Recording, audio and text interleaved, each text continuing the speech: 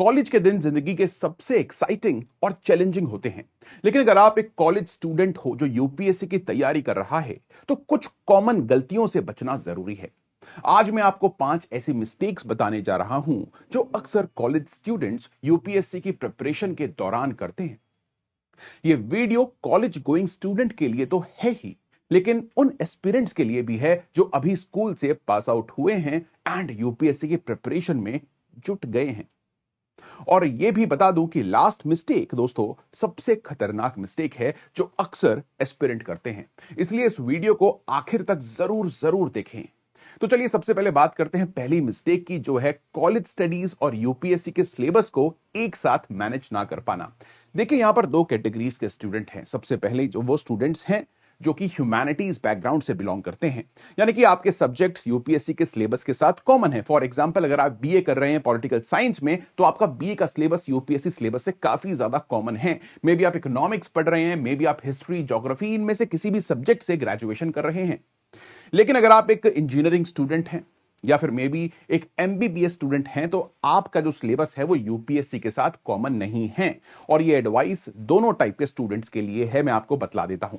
देखिए सबसे पहली चीज, इंपॉर्टेंट चीज ये है कि आपको एक प्रॉपर तरीके से प्लान बनाना होगा। एग्जाम के 1 महीना पहले तक आपको अपने कॉलेज के एग्जाम से फोकस करना पड़ेगा कॉलेज की सिलेबस पर, कॉलेज की स्टडीज पर। लेकिन जो आपके ब्रेक्स हैं बीच में, जब आपका सेमेस्टर स्टार्ट हुआ है, आपका ईयर स्टार्ट हुआ है, उस टाइम पर आपको अपने कॉलेज में मस्ती ना मारने की जगह पढ़ाई पर फोकस करना बहुत ज्यादा जरूरी है। तो दोस्तों सबसे पहला पॉइंट इंपॉर्टेंट यह है कि आपको अपनी कॉलेज की स्टडीज के साथ साथ यूपीएससी की स्टडीज को मैनेज करना पड़ेगा। देखना पड़ेगा कि किन एरियाज में आप यूपीएससी पर ज्यादा फोकस करेंगे और किस वक्त पर आप अपनी कॉलेज की स्टडीज पर ज्यादा फोकस करेंगे। अगर आपका सिलेबस कॉमन है तो वेल एंड गुड, अगर कॉमन नहीं है फिर भी मैं ये जानता हूं, ये मानता हूं, मैं खुद इंजीनियरिंग कर चुका हूं कि आप लोग टाइम निकालकर यूपीएससी की प्रिपरेशन डेफिनेटली कर सकते हैं। और मैं बता चुका हूं वो कब करनी है। आइए दोस्तों सेकंड पॉइंट पर मूव ऑन करते हैं। लेकिन दोस्तों सेकंड पॉइंट पर आने से पहले मैं आपको बताना चाहता हूं कि देखिए 10th ऑफ नवंबर को एक बहुत बड़ा स्कॉलरशिप टेस्ट है और इस स्कॉलरशिप टेस्ट में आप जीत सकते हैं ऑस्ट्रेलिया जाकर 5 स्टार होटल में रुकने का मौका, मैच देखने का मौका। इसके साथ साथ दोस्तों अपनी फैमिली को भी आप इस वेकेशन पर लेकर जा सकते हैं। इसके अलावा दोस्तों स्कॉलरशिप टेस्ट में पार्टिसिपेट करने से आप लैपटॉप्स, मैकबुक्स जीत सकते हैं, टैबलेट जीत सकते हैं, फोन्स जीत सकते हैं और साथ ही साथ यूपीएससी सिविल सर्विसेज एग्जाम्स के कोर्सेज के लिए हाई डिस्काउंट्स पा सकते हैं। तो इस टेस्ट में रजिस्टर करना बिल्कुल मुफ्त है, बिल्कुल फ्री है।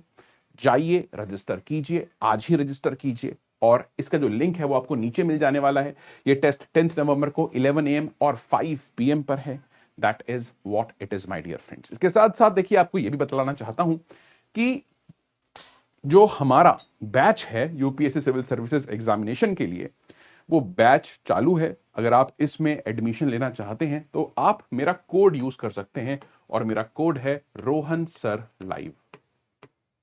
देखिए ये जरूरी है कि आप मेरा कोड यूज करें, बिकॉज अगर आप ये कोड यूज करते हैं तो मुझे थोड़ा सा बेनिफिट होता है, लेकिन उसी बेनिफिट की वजह से मैं आपके सामने खड़े होकर वीडियोस बना सकता हूं, आपको पढ़ा सकता हूं और आपके लिए और बेहतर कंटेंट डेवलप कर सकता हूं।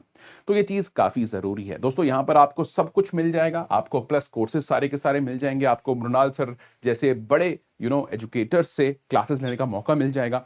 और इसकी कॉस्ट भी आप देख सकते हैं बहुत ही ज्यादा लाजमी रखी गई है। ऐसा नहीं है कि ये एक्सेप्शनल कॉस्ट है, इट इज क्वाइट अफोर्डेबल आज के टाइम पर। तो आप जाइए, यूज कीजिए कोड रोहन सर लाइव का और इस बैच में एडमिशन आप जाकर ले सकते हैं। तो चलिए दोस्तों अब मूव ऑन करते हैं सेकंड पॉइंट पर। और जो सेकंड पॉइंट है वो है दोस्तों सिलेबस को नेग्लेक्ट करना and lack of structured study plan. देखिए बहुत बार यह होता है कि आप कॉलेज के अंदर एडमिशन लेते हैं और दूसरे लोगों को देखकर आप भी यूपीएससी की प्रिपरेशन में आ जाते हैं। आज के टाइम पर आप रील्स देख लें, यूट्यूब पर वीडियोस देख लें, बहुत सारी चीजें ऐसी हैं जो आपको यूपीएससी सिविल सर्विसेज एग्जाम की प्रिपरेशन करने के लिए धकेलती हैं। अब आपको सबसे पहली चीज यह देखनी है, अगर आप इस प्रिपरेशन में आ गए हैं तो अब प्रिपरेशन कैसे करनी है। लोग कहते हैं सिर्फ एनसीईआरटी पढ़नी है, तो आप सीधा बिना सिलेबस देखे एनसीईआरटी पढ़ना शुरू कर देते हैं। याद रखिए, एनसीईआरटीज को पढ़ना तो है, लेकिन आपको यूपीएससी सिविल सर्विसेज एग्जामिनेशन के सिलेबस को मद्देनजर रखकर उसके चश्मे से, उस चश्मे से देखकर अपनी प्रिपरेशन पूरी करनी है। जी हां, तो आप मापदंड बना लें। सबसे पहली चीज यूपीएससी के सिलेबस को, उसके साथ साथ प्रीवियस ईयर क्वेश्चंस को भी अच्छे तरीके से देखिए और उसी के हिसाब से अपनी प्रिपरेशन में आप जुटिए। उसके बगैर अगर आप प्रिपरेशन करते हैं तो आपकी जो प्रिपरेशन है वो डिसओरिएंटेड होगी और टारगेटेड नहीं होगी, जिसका रिजल्ट आपको डेफिनेटली नहीं मिलेगा और आपकी मेहनत खराब होगी। इसका एग्जांपल सबसे बढ़िया ये है कि जब मैंने अपनी प्रिपरेशन स्टार्ट करी थी तो उस टाइम पर इंटरनेट जो था वो इतना ज्यादा अवेलेबल नहीं था दोस्तों। हमें साइबर कैफे जाकर इंटरनेट को एक्सेस करना पड़ता था और मैं बहुत दिनों से अवॉइड कर रहा था साइबर कैफे जाने के लिए, बिकॉज मेरे घर से थोड़ा सा दूर था। तो मैं बिना उसके अपनी प्रिपरेशन स्टार्ट करने लग गया और मैंने क्लास 9th की एनसीईआरटी ओल्ड वाली उठा ली और उसके अंदर मैं मायन हिस्ट्री, इजिप्शियन हिस्ट्री, ये सब डिटेल में पढ़ने लग गया। बाद में जब मैं साइबर कैफे गया, डाउनलोड करके सिलेबस वापस लेकर आया अपने घर पर, मैंने चेक किया ये तो सिलेबस में है ही नहीं और मैं वो पढ़ चुका था, टाइम वेस्ट कर चुका था। तो इसलिए बहुत जरूरी है कि आप सिलेबस को देखकर उसको अच्छे से 4-5 बार पढ़ लें और जब भी कुछ भी चीज आप पढ़ने के लिए बैठें तो सबसे पहले उसको सिलेबस में चेक करें कि ये कहां पर है, जीएस 1 में है, जीएस 2 में है, जीएस 3 में है और मे बी जीएस 4 में अवेलेबल है। वो चेक करना बहुत जरूरी है, क्योंकि आप जब ये प्रैक्टिस बार बार करेंगे तो आपको समझ में आएगा कि सिलेबस किस तरीके से है। अब सिलेबस में से क्वेश्चंस किस तरीके से पूछे जाते हैं ये आपको तब समझ में आएगा जब आप थोड़ा सा पढ़ेंगे और उसके बाद पीवाईक्यूज को सॉल्व करने की कोशिश करेंगे। तो इसीलिए यह भी जरूरी है कि आप ये काम कर लें। आइए नेक्स्ट मिस्टेक पे बात करते हैं। अगली मिस्टेक है रिवीजन और सेल्फ असेसमेंट को नेग्लेक्ट करना। जी हां दोस्तों, देखिए एग्जामिनेशन हॉल के अंदर आपको अपने ब्रेन से आउटपुट करना पड़ता है ना। आपको जो इंफॉर्मेशन आपके ब्रेन में स्टोर्ड है उसको एक्सट्रैक्ट करके सही तरीके से रिप्रेजेंट करना पड़ता है। अगर आप may be MCQ based paper में बैठे हुए हैं तो आपको सिर्फ उसको रिकॉग्नाइज करना है, लेकिन अगर आप सब्जेक्टिव पेपर में यूपीएससी मेन में बैठे हैं तो आपको लिखना भी है। तो नॉर्मली स्पीकिंग हम 90 to 95% अपनी प्रिपरेशन का टाइम सिर्फ इनपुट में देते हैं, आउटपुट की प्रैक्टिस करते ही नहीं है। तो हमारा जो ब्रेन है दोस्तों, आप समझ सकते हैं कि वो न्यूरोनल नेटवर्क से कनेक्टेड है। जब आप किसी चीज को पढ़ते हैं तो वो चीज आपके ब्रेन में स्टोर होती है और जब आप किसी चीज को पढ़ रहे हैं तो न्यूरोनल सर्किट्स आपके क्रिएट हो जाते हैं पढ़ने के लिए और आपकी इंफॉर्मेशन स्टोर हो जाती है। लेकिन जब आप लिखने बैठते हैं तो आप लिख इसलिए नहीं पाते हैं बिकॉज वो न्यूरोनल नेटवर्क्स डेवलप ही नहीं हुए लिखने के, यानी कि जो मेमोरी आपने ली है उसको आउटपुट करने की प्रैक्टिस आपने की ही नहीं है। इसका एक बहुत बढ़िया एनालॉजी ये है कि भाई अगर आप क्रिकेट खेलते हुए लोगों को देखेंगे तो उसका मतलब ये नहीं है कि आपको क्रिकेट खेलना आ जाएगा, है ना। आपको पिच पर उतर के प्रैक्टिस करनी ही पड़ेगी। विराट कोहली की अगर स्क्वायर ड्राइव मारनी है तो you have to go on to the pitch and practice yourself. Of course चीजों को टीवी में देखकर, सब चीजें देखकर आप समझ सकते हैं चीजों को, बट प्रैक्टिस तो करनी है। इसीलिए दोस्तों हफ्ते में डेली अपनी सेल्फ असेसमेंट करें, देखें कि आप कहां पर खड़े हैं और इसीलिए 10 तारीख को 10 तारीख को जो चैंपियनशिप स्कॉलरशिप टेस्ट है उसको भी दे लें। वहां से आपको बहुत अच्छी 50 क्वेश्चंस रहेंगे, 1 घंटे का समय रहेगा, कोई प्रॉब्लम नहीं होगी, अच्छी गाइडेंस आपको मिल जाएगी, समझ में आ जाएगा कि किस तरीके के क्वेश्चंस आते हैं। फ्री है, बिल्कुल फ्री है, बस जाकर रजिस्टर करें। जो लिंक्स हैं वो आपको हर जगह पर मिल जाएंगे, नीचे दिए गए टेलीग्राम लिंक्स पर मिल जाएंगे, नीचे दिए गए जो डिस्क्रिप्शन है उसके अंदर आपको लिंक भी मिल जाने वाला है। तो that is quite important thing कि आप फोकस करें आउटपुट पर भी इनपुट के साथ साथ, बिकॉज पढ़ते तो सभी हैं लेकिन आउटपुट की प्रैक्टिस, आंसर राइटिंग की प्रैक्टिस, एमसीक्यू की प्रैक्टिस बहुत ही कम लोग करते हैं। ठीक है, इसका मैं एग्जांपल देता हूं आपको। जब मैं फर्स्ट अटेम्प्ट दे रहा था अपना तो मेरी यही गलती थी कि मैंने आंसर राइटिंग को नेग्लेक्ट किया, मैंने लिखना शुरू नहीं किया, मैंने आउटपुट की प्रैक्टिस नहीं की। ठीक है, मेरे 110 तो आ गए थे प्रीलिम्स में, लेकिन दोस्तों वो इसीलिए आए थे बिकॉज मैं अच्छे से पूरे सिलेबस को कवर कर चुका था, रिवीजन भी कर चुका था। लेकिन वहीं फिर मेरा मेंस क्लियर नहीं हुआ और मार्क्स भी बहुत अच्छे नहीं आए। मार्क्स कुछ ऐसे आए थे कि अगर मैं दिखा दूं तो मैं शर्मिंदा हो जाऊं। ठीक है, तो इसीलिए इंपॉर्टेंट ये है कि आप लोग फोकस करें आउटपुट पर भी, उसको भी प्रैक्टिस करें और ये प्रैक्टिस कॉलेज टाइम पर ही आपकी शुरू हो जानी चाहिए। बिकॉज अगर आप कॉलेज टाइम से पढ़ना शुरू करते हैं और प्रैक्टिस अपनी शुरू नहीं करते हैं लिखने की, एमसीक्यू सॉल्व करने की, तो जो आप पढ़ रहे हैं ना उसका उसकी एफिशिएंसी कम हो जाएगी, आप उसको बार बार भूलेंगे, उसको कैसे रिप्रेजेंट करना है आपको नहीं आएगा, आपको फिर आगे चलकर डबल ट्रिपल मेहनत करनी पड़ेगी उसी चीज को प्रिपेयर करने के लिए। ये बात समझ लें। तो आइए दोस्तों नेक्स्ट पॉइंट पर हम मूव ऑन करेंगे, और नेक्स्ट पॉइंट है दोस्तों, मैं आपको बतला दूं, जो है ओवर लुकिंग की प्रिपरेशन एस्पेक्ट्स, नेग्लेक्टिंग ऑप्शनल और आंसर राइटिंग भी। देखिए, जब आप UPSC civil services mains examination को देखते हैं तो उसके अंदर ऑप्शनल 500 मार्क्स का है, और अगर आप इस एग्जाम को क्लियर करना चाहते हैं तो आपको पता है कि ऑप्शनल में अच्छा स्कोर करके आप अच्छी रैंक पा सकते हैं, इवन फाइनल लिस्ट में आ सकते हैं दोस्तों। तो जरूरी है कि आप इनिशियली फर्स्ट ईयर के अंदर ही ये डिसाइड करें कि आपका ऑप्शनल क्या है। अगेन यहां पर कुछ बच्चे ऐसे हैं जो ग्रेजुएशन कर रहे हैं ऐसे सब्जेक्ट्स में जो यूपीएससी में पॉपुलर सब्जेक्ट्स हैं। फॉर एग्जांपल, अगर आप बीए पॉलिटिकल साइंस कर रहे हैं तो political science PSIR is a optional subject in UPSC civil services exam, और नेचुरली आप उसको अपना ऑप्शनल चूज करेंगे। लेकिन कुछ बच्चे फॉर एग्जांपल बीटेक कर रहे हैं कंप्यूटर साइंस में, तो that is not available in UPSC civil services optional.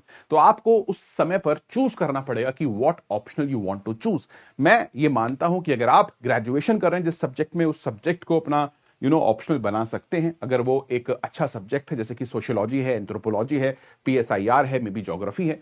लेकिन अगर आप एक बहुत ही ऐसे सब्जेक्ट से ग्रेजुएशन कर रहे हैं जिसका कोई यूपीएससी में है ही नहीं available, for example BTech computer science, तो आप राइट टाइम पर चूज कर लें आप क्या लेंगे, और उसको तभी से पढ़ना शुरू करते हैं with in a year. First year के अंदर अंदर आप चूज कर लें, और मैं आपको रिकमेंड ये करूंगा कि आप क्लासेस भी ज्वाइन कर लें फटाफट से ऑप्शनल सब्जेक्ट की। बिकॉज अगर आप क्लासेस को ज्वाइन नहीं करते हैं दोस्तों तो आप उसको नेग्लेक्ट कर देते हैं, आप उसको ऑप्शनल को बेसिकली जीएस के साथ बैलेंस नहीं कर पाते। बिकॉज आपको जीएस भी बैलेंस करना है, ऑप्शनल भी बैलेंस करना है, और उसके साथ साथ कॉलेज की स्टडीज को भी बैलेंस करना है ना। तो तीन चीज को बैलेंस करना बड़ा डिफिकल्ट हो जाता है। दो चीज है तो चलो ठीक है, थोड़ा बहुत आप कर सकते हैं। लास्ट और सबसे इंपॉर्टेंट पॉइंट पर आते हैं दोस्तों, वेटिंग फॉर मोटिवेशन। ये सबसे इंपॉर्टेंट पॉइंट है जो लोग यहां पर मैं आपको बतला दूं वेट करते हैं कि भाई मोटिवेशन कब आएगी, कैसे आएगी। जी हां, याद रखिए, आपको अपनी मोटिवेशन के लिए वेट नहीं करना है। आप कॉलेज के टाइम पर बहुत ज्यादा खो जाते हैं कॉलेज की मस्तियों में, कॉलेज के फेस्ट्स में, कॉलेज में कुछ लोग डेटिंग वगैरह में पड़ जाते हैं, कुछ लोग और दूसरी चीजों में लग जाते हैं। नहीं, देखिए, डिस्ट्रैक्शंस बहुत सारे हैं दुनिया में, उन डिस्ट्रैक्शंस को साइड करके आपको पढ़ाई करनी है। और मैं आपको बतला दूं, अगर आप मोटिवेशन की वेट करते रहेंगे तो मोटिवेशन तो कभी आएगी नहीं जब तक आप एक्शन नहीं लेंगे। तो मोटिवेशन का वेट ना करें। मोटिवेशन एक फेक कॉन्सेप्ट है आपको सामान बेचने के लिए। आपको फोकस करना पड़ेगा सेल्फ डिसिप्लिन बिल्ड करने पर। अगर आपने अपने आप से बोला है कि मैं सुबह उठ के 2 घंटे पढ़ूंगा, तो पढ़ना है। और इस तरह का माइंडसेट डेवलप होगा विद टाइम। 2 से 3 महीने अपने आप को देंगे और हार नहीं मानेंगे, तो ही आप सेल्फ डिसिप्लिन के साथ चीजों को कर पाएंगे। दोस्तों, सेल्फ डिसिप्लिन अटमोस्ट इंपॉर्टेंट है इस एग्जामिनेशन के लिए। और मैंने अपनी जर्नी में देखा है कि वो बच्चे जो सेल्फ डिसिप्लिन्ड हैं, जो मेहनत करते हैं, जो लगे रहते हैं, उनका सिलेक्शन एट लास्ट हो ही जाता है। जो लोग सेल्फ मोटिवेटेड नहीं हैं, जो लोग सेल्फ डिसिप्लिन नहीं करते, फॉलो नहीं करते, डिसिप्लिन में नहीं रहते, वो लोग नहीं कर पाते इस एग्जामिनेशन को। क्योंकि देखिए, इस एग्जामिनेशन की साइकिल एटलीस्ट 2 साल की तो है ही। आप अप्रैल में, जून में आप प्रीलिम्स देते हैं, उसके बाद सितंबर में मेंस, उसके बाद नेक्स्ट ईयर में भी मार्च में, फरवरी में आपका इंटरव्यू होता है, फिर उसका फाइनल रिजल्ट अप्रैल में आता है। तो 1 साल तो यही हो गया, और एग्जामिनेशन में प्रीलिम्स में बैठने से पहले 1 साल आओ देना तैयारी के लिए, तो टोटल 2 साल मिनिमम रहेंगे। तो 2 साल के लिए मोटिवेशन पूरे टाइम नहीं रह सकती। और देखो, यहां पर everything fall down under one thing, कि आप इमोशनली कितने ज्यादा स्टेबल हो, आपकी इमोशनल इंटेलिजेंस कितनी है। अगर आपकी इमोशनल इंटेलिजेंस है, you are very emotional intelligent, आप इमोशंस को प्रोसेस कर सकते हो, ठीक है। आपको किसी ने कुछ बोल दिया, आपको फर्क नहीं पड़ा, आप फिर भी पढ़ाई कर रहे हैं। आपको किसी ने कुछ बोल दिया, आप कोने में जाके रो रहे हैं, पढ़ाई नहीं कर पा रहे, बिकॉज उस बंदे की बात आपको इतनी चुभ गई, ठीक है। तो आपको यहां पर इमोशनली इंटेलिजेंट होने के साथ साथ सेल्फ डिसिप्लिन्ड भी होना पड़ेगा, और उसके साथ साथ अपने आप से यह भी पूछना पड़ेगा कि मैं इस एग्जामिनेशन की तैयारी क्यों कर रहा हूं। क्या मैं सिर्फ पीयर प्रेशर में आके कर रहा हूं? क्या मैं सिर्फ और सिर्फ पेरेंट्स के कहने पर कर रहा हूं? यह चीज बड़ी इंपॉर्टेंट है दोस्तों। आपको यह ढूंढना पड़ेगा कि भाई, why this exams matter for me. शायद आपने अभी तक कुछ भी अचीव नहीं किया लाइफ में, और आप इस एग्जाम को अचीव करके अपने आप को एक सेंस ऑफ अचीवमेंट देना चाहते हैं।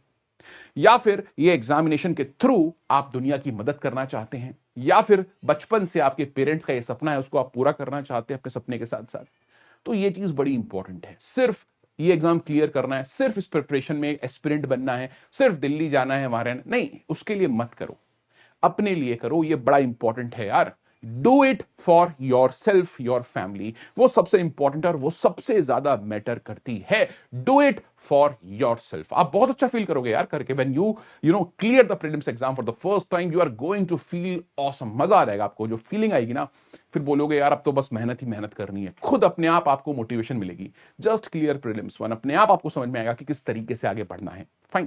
तो दोस्तों ये थी 5 मिस्टेक्स जो ज्यादातर लोग करते हैं। मैं आशा करता हूं इस क्लास को देखने के बाद आप लोग ये मिस्टेक्स को रिपीट नहीं करेंगे, एंड आई होप कि आपको ये वीडियो पसंद आई होगी। इसी के साथ दोस्तों मैं आपको बतला दूं कि अनअकैडमी का जो टेस्ट होने वाला है दोस्तों, सिर्फ 4 दिन बचे हैं, 5 दिन नहीं। यूसीएससी टेस्ट होने वाला है। ये सारे इनाम है, 50 करोड़ रुपए का पूल है जहां से ये अवार्ड्स आपको मिलेंगे। तो भाई फटाफट से यूज कर लो। जाइए नीचे जो लिंक है उसको यूज कर लो और रजिस्टर कर लो और टेस्ट दे लो। संडे को 11 बजे और 5 बजे 2 स्लॉट्स हैं, जब भी आप फ्री हो give the test. Fine. Scholarship जीतो और दोस्तों कोशिश करो कि आपको प्राइज मिले। ठीक है, तो with that thing in mind guys, bye, take care, I will meet you in the next one.